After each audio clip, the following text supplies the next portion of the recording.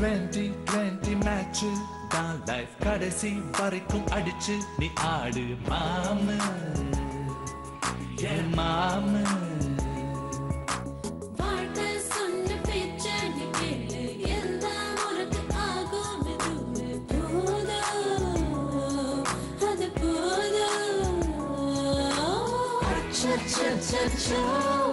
ஏதேதோ ஆயாச்சோ அட 5 நிமிஷத்தில் இருந்த இன்பமும் பறந்து போயாச்சோ. நெஞ்சத்தை கிள்ளாதே அது பாவம் கொள்ளாதே நெஞ்சத்தை கிள்ளாதே அது பாவம் கொள்ளாதே.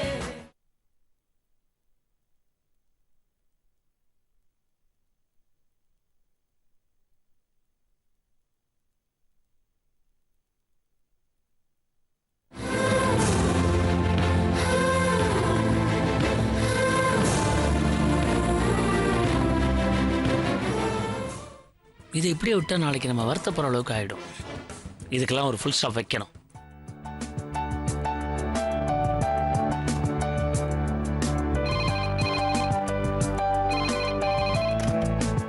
ஹலோ ஹலோ அக்கா, நான் விஜய் பேசுறேன்க்கா.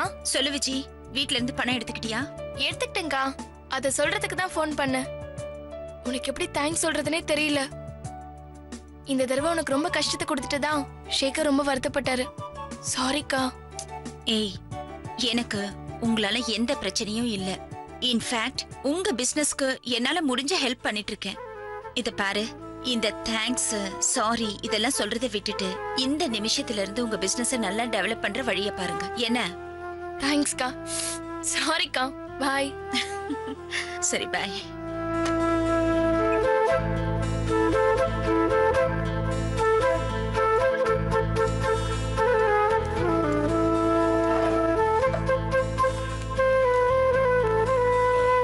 முரளி, ஏய், கொடுத்து வச்சவன்டா நீ. 5 மணி ஆச்சுன்னா கடை ஏற கட்டிடுறியே. ஏன்டா சொல்ல மாட்டேன்? நான் என்ன உன்ன மாதிரி அசிஸ்டன்ட் மேனேஜரா என்ன? ஆர்டினரி செக்ஷன் கிளர்க் தானே. அப்படியே அசிஸ்டன்ட் மேனேஜர் ஆனா கூட உன்ன மாதிரி ஓவர் டைம்லாம் பார்க்க மாட்டேன். ஸ்டாஃபை தாஜா பண்ணிட்டு இப்படியே ஓபி அடிச்சிடுவேன். சரி, உன் பிளான்ல ஒன்றும் சேஞ்ச் இல்லையே? நேராக பிருந்தா வீட்டுக்கு தானே போற? ஆமாமா, இல்லைன்னா நடுராத்திரில வந்து எழுப்பி கதா கலாட்சேபம் ஆரம்பிப்பா. பாசம் இருக்க வேண்டியதுதான். ஆனா இந்த பெண் பாசம் ஜலதோஷம் மாதிரி டார்ச்சர் பண்ணிடும்.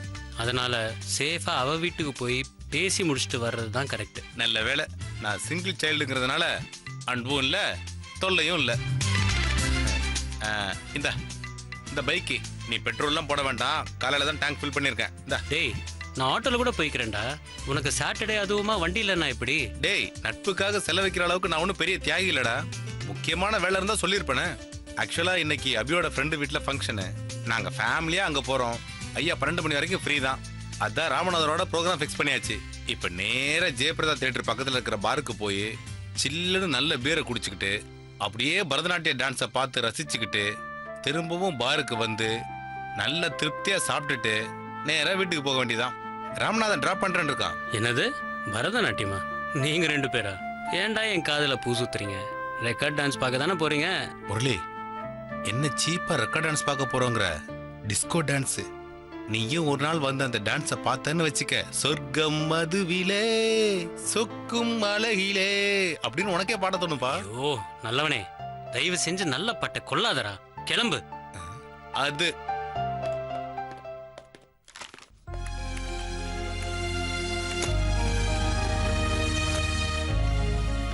Good morning madam.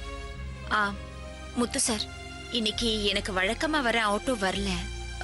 வந்துட்டு ஏதோ வீட்ல ஃபங்க்ஷன் சொல்லி மத்தியானமே கிளம்பி போயிட்டாரு. ஏதாவது ஒரு நல்ல ஆட்டோவை வர சொல்லுங்க. மவுண்ட் ரோட்ல இருக்கிற ஹெட் ஆபீஸ் வரைக்கும் நான் போகணும். அதே மாதிரி முன்னாடியே பணத்தெல்லாம் பேசிருங்க. இல்லனா நான் இறங்கும் போதே என் மொத்த சொத்தையும் எழுதி வாங்கி கேட்டுருவாங்க. சரிங்க மேடம், நான் போய் ஆட்டோ பிடிச்சிட்டு வரேன். சரி.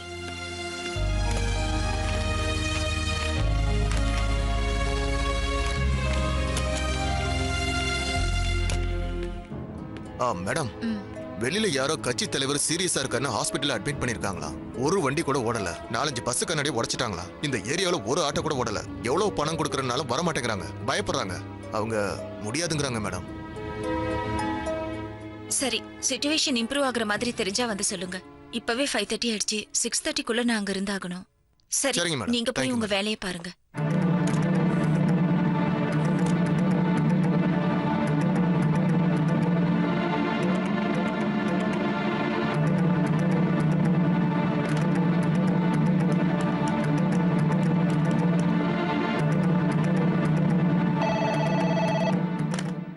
ஹலோ, ஹலோ, நான் சுஜாதா பேசுறேன். என்ன கிளம்பியாச்சா? எதுவும் சாப்பிடாம வா. இங்க ஸ்நாக்ஸ் எல்லாம் நிறைய ஆர்டர் பண்ணி வச்சிருக்கு. இல்ல, இங்க ஏதோ பிரச்சனை. ஏதோ கட்சி தலைவருக்கு உடம்பு சரியில்லையா, அதான் பஸ் ஆட்டோ எதுவுமே ஓடல. அங்க எப்படிப்பா? 4 மணிக்கு கொஞ்சம் கலாட்டாவா இருந்தது. இப்ப போலீஸ் எல்லாம் போட்டு பிரைவேட் வண்டி எல்லாம் போகுது. பஸ் மட்டும் தான் ஸ்டாப் பண்ணி வச்சிருக்காங்க. ஏன் அங்க ஆட்டோ கூட ஓடலையா? அதான் பிரச்சனையில இருக்கு. இப்பவே இங்க இப்படி இருக்கு. 1 மணி நேரமா நான் வெயிட் பண்ணிட்டு இருக்கேன். இப்போ மீட்டிங் முடியறதுக்கும் லேட் ஆகும். அதுக்கப்புறம் பிரச்சனை பெருசாச்சுன்னா என்ன பண்றது? அதான் பேசாம ஸ்கிப் பண்ணிடலாமான்னு யோசிக்கிறேன். ஏய் விளையாடாத. சேர்மன் எல்லாம் வரும்போது நீ இல்லனா நல்லா இருக்காது. ஆட்டோ ஓடலன்னா என்ன, உன் பிரான்ச் ஸ்டாஃப் யாரையாவது டிராப் பண்ண சொல்லு.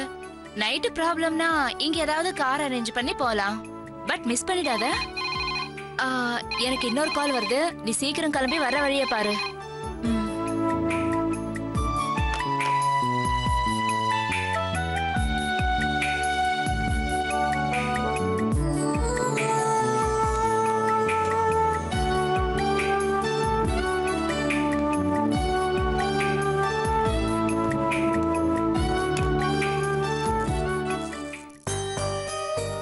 இந்த டோட்டல்ஸ் எல்லாம் மறுபடியும் டேலி பண்ணுங்க.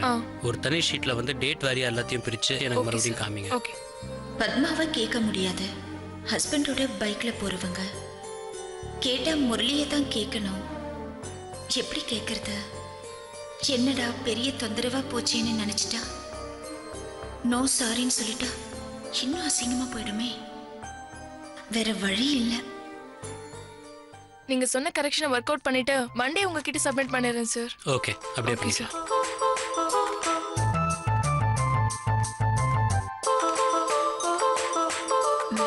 மேம், நீங்க இன்னும் கிளம்பலையா முரளி? ஏதோ கிளம்பிட்டே இருக்கேன். நீங்க?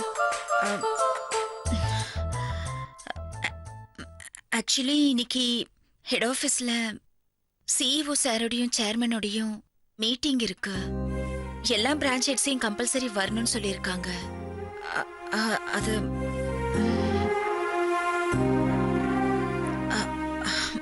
Mister Murali, if you don't mind எனக்கு ஒரு சின்ன ஹெல்ப் பண்ண முடியுமா? ஏற்கனவே என்விஆர் கிட்ட எனக்கு கடனெல்லாம் வாங்கி கொடுத்து பெரிய ஹெல்ப் பண்ணியிருக்கீங்க. அது நான் உங்களுக்கு நிறைய ட்ரபிள் கொடுத்துட்டு இருக்கேன்னு நினைக்கிறேன். மேம், ஒரு நிமிஷம். உங்களுக்காக நான் ஒன்றும் சின்பாத் கன்னித்தீவில் வர்ற மாதிரி 7 கடல் 7 மலை தாண்டி நான் ஒன்றும் கொண்டு வந்து தரல. அதுக்கு எதுக்கு திரும்ப திரும்ப சொல்லிக்கிட்டு இருக்கீங்க? அதான் நிறைய தேங்க்ஸ் சொல்லிட்டீங்களே. இப்போ உங்களுக்கு என்ன வேணும் அதை சொல்லுங்க ஃபர்ஸ்ட். வெள்ளை ஏதோ கட்சி தலைவருக்கு முடியலையா, அதனால கட்சிக்காரங்க எல்லாம் ரோடெல்லாம் பிளாக் பண்ணி பஸ் ஆட்டோ எல்லாம் போக முடியாம பண்ணிட்டாங்களா. நான் வேற கால் டாக்ஸிக்கெல்லாம் ஃபோன் பண்ணி பண்ணி பார்த்துட்டேன், எடுக்கவே மாட்டேங்கிறாங்க. இன்னைக்கு வேற இந்த மீட்டிங்ல இருந்தே ஆகணும்னு ஹெட் ஆபீஸ்ல இருந்து ஃபோன் பண்ணிட்டாங்க.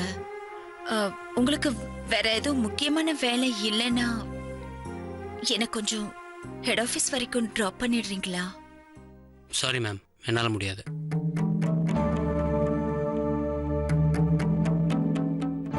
தேங்க்யூ முரளி. ஒரு நிமிஷம். இதுவே நேற்று கேட்டிருந்தீங்கன்னா சாரி முடியாதுன்னு சொல்லியிருப்பேன். ஏன்னா என்கிட்ட பைக் இல்லை. இன்னைக்கு சிவா பைக் நான் எடுத்துக்கிட்டதுனால எஸ், என் சிஸ்டர் வீட்டுக்கு போகிறதா இருந்தது. நம்ம கிளம்பலாமா?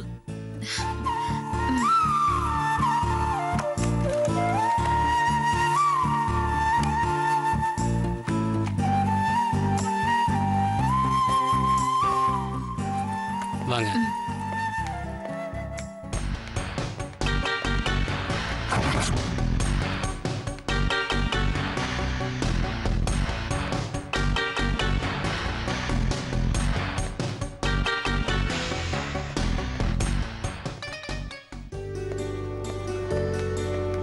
நீங்க வெயிட் பண்ணுங்க, நான் எடுத்துட்டு வரேன்.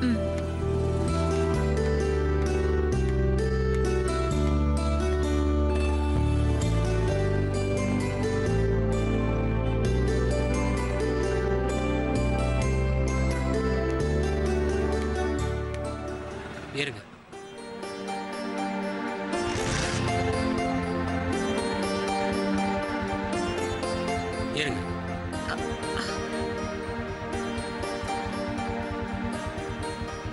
ஏங்க இதுக்கு மேலே பெட்ரோல் டேங்க் தாங்க இருக்கு. அது மேலே ஏறி உட்காந்து ஓட்ட முடியாது.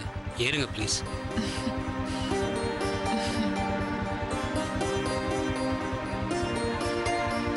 ஏறிட்டீங்களா?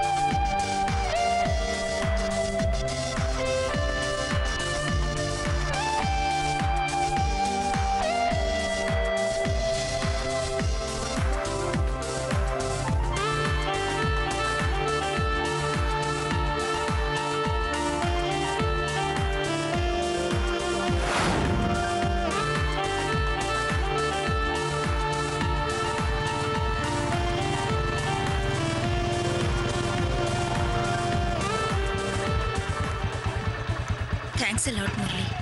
எனக்காக உங்க வேலையை விட்டு என்னை இங்கே ட்ராப் பண்ணதுக்கு. Okay ma'am. தேங்க்யூ. ஷூர்.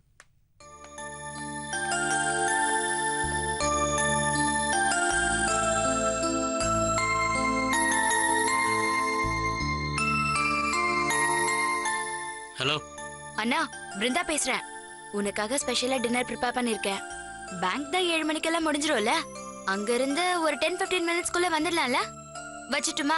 ஒரு நிமிஷம் இரு. ஏன் கிச்சன்ல ஏதாவது வேலையா இருக்கியா? இல்லண்ணே, சமையல் வேலையை முடிச்சிட்டு வந்து தான் உனக்கு ஃபோன் பண்ணேன். சரி ஓகே, நான் வரேன். அதுக்கு முன்னாடி காலையில இருந்து இங்கிலீஷ் படம் பார்க்குற மாதிரி ஒரே டென்ஷன்லயே வச்சிருக்கியே. பொண்ணு வீட்டுக்காரங்க அப்படி என்னதான் சொன்னாங்க ரூம் போட்டு டிஸ்கஸ் பண்றதுக்கு? அண்ணே, திரும்பவும் ஆரம்பிச்சிட்டியா? நான் எதுவும் இப்ப போன்ல சொல்றதா இல்ல. ஒழுங்கு மரியாதையா வீட்டுக்கு வந்து சேர்ற வழிய பாரு.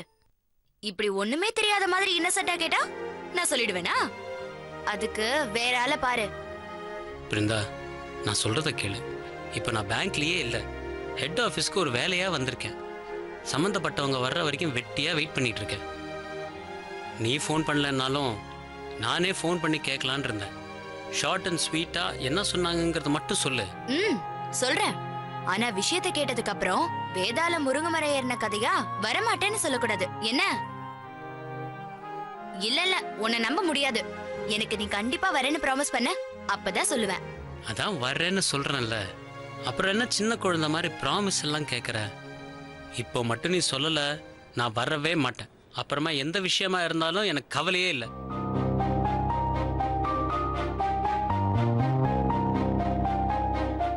பிருந்தா, ஹலோ ஹலோ, லைன்ல இருக்கியா இல்லையா?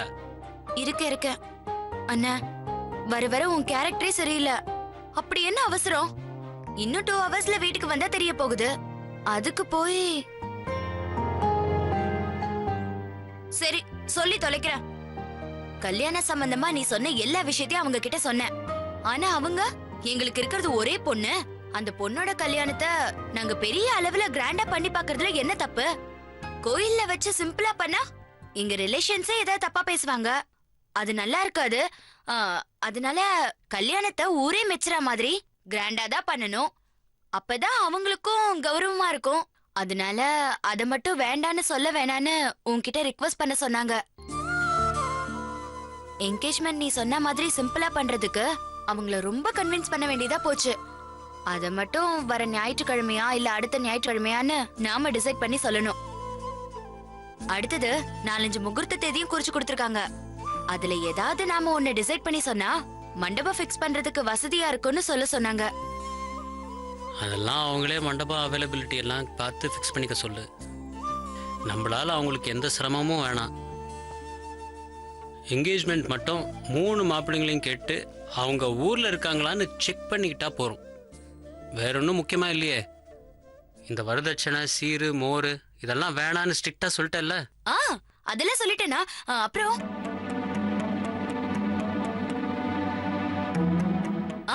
அதெல்லாம் சொல்லிட்டேனா? அப்புறம்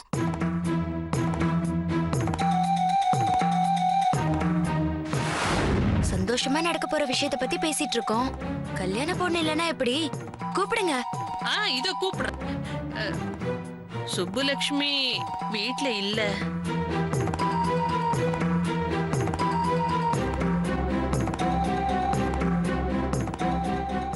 வீட்ல இல்லனா எங்கேயாவது வெளியில போயிருக்காங்களா? நாங்க வரது அவங்களுக்கு தெரியும்ல. என்ன வித்யா, நீங்க சொல்லலையா? அது ஒண்ணும் இல்ல. சுப்புலட்சுமி கோயம்புத்தூர்ல இவ தங்கச்சி வீட்டுக்கு போயிருக்கா. அங்கதான் 1 வாரமா இருக்கா.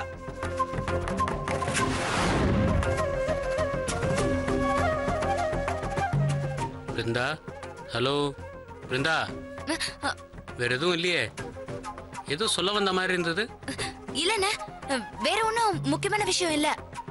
அண்ணே, அதான் எல்லாத்தையும் பேசி முடிச்சாச்சேன்னு வீட்டுக்கு வராம ஏதாவது சாக்க சொல்லி எஸ்கேப் ஆகணும்னு பார்த்தேன். என் மேல ப்ராமிஸ் பண்ணிருக்க, சொல்லிட்டேன். அப்புறம் உன் கூட பேசவே மாட்டேன். என்ன? இல்லப்பா, கண்டிப்பா வரேன்.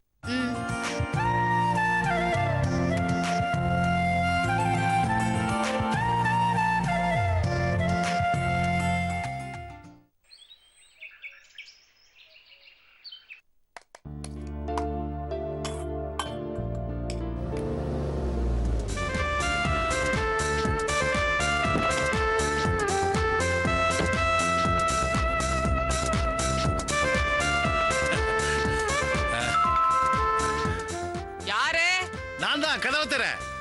திறந்திருக்கிற கதவை திரும்ப எப்படி திறக்கிறது? தும் பாகலே क्या? Aunty, aunty, aunty. ஐயோ, எல்லாரும் ஆண்டி ஆண்டின்னு கூப்பிட்டு என் ஒய்ஃபை நானும் ஆண்டின்னு கூப்பிட்டேன். பாரதிமா, பாரதிமா, என்ன வேலையா இருந்தாலும் அதை அப்படியே போட்டு வா. எதுவா இருந்தாலும் கிச்சன்ல வந்து சொல்லலாம்ல. என்ன விஷயம்? சீக்கிரம் சொல்லுங்க. ஐயோ, இன்னைக்கு ஒரு மிராக்கிள் நடந்துச்சு.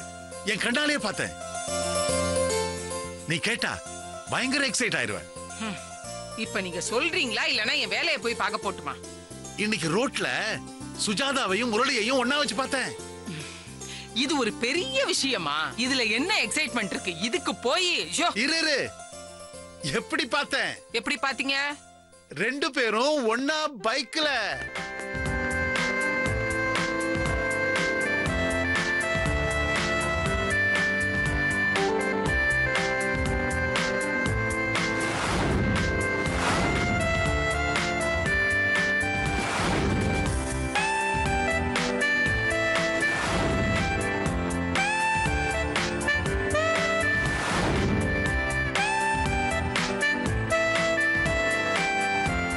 என்ன என்ன சொல்றீங்க? முரளியும் சுஜாதாவையும் ஒண்ணா பாத்தீங்களா? நிஜமா தான் சொல்றீங்களா? ஆமா, என் 2 கண்ணால. of course, கண்ணாடி தயவால பார்த்தேன்.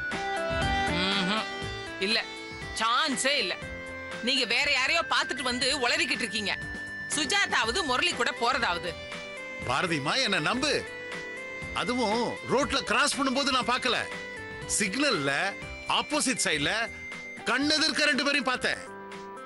நானே நம்ப முடியாம வைப்பரை போட்டு கண்ணாடியை கிளீன் பண்ணி பார்த்து நிஜம்தான்னு கன்ஃபார்ம் பண்ணிட்டேன். ஆனா சும்மா சொல்லக்கூடாது. இது மட்டும் நாம நினைச்ச மாதிரி நடந்துச்சுன்னா முரளியும் சுஜாதாவும் மேட் ஃபார் ஈச் அதர் கப்பல் தான். நிஜமாவே அவங்க தானா? ரொம்ப சந்தோஷமா இருக்கு. என்னமோ கஷ்டப்பட்டு பல நாள் கண்முழிச்சு படிச்சு ரிசல்ட் வரும்போது மனசு முழுக்க பூரிச்சு ஒரு சாதிச்ச ஒரு சந்தோஷம் வருமே, அப்படி இருக்கு. குட். என்ன அவ்வளவு சந்தோஷமா? கண்டெல்லாம் கலங்கி இருக்கு. தெரியல, என்னமோ சின்ன குழந்தை மாதிரி நான் ஏன் இவ்வளவு எமோஷனல் ஆறேன்னு எனக்கு தெரியவே இல்லை. அவங்க 2 பேர் மேலையும் சொல்ல முடியாத ஒரு அஃபெக்ஷன். இந்த நியூஸ் சொல்ல வர அவசரத்துல வெஜிடபிள்ஸ் எல்லாம் மறந்து கார்லயே வச்சிட்டேன். நான் போய் எடுத்துட்டு வந்துறேன்.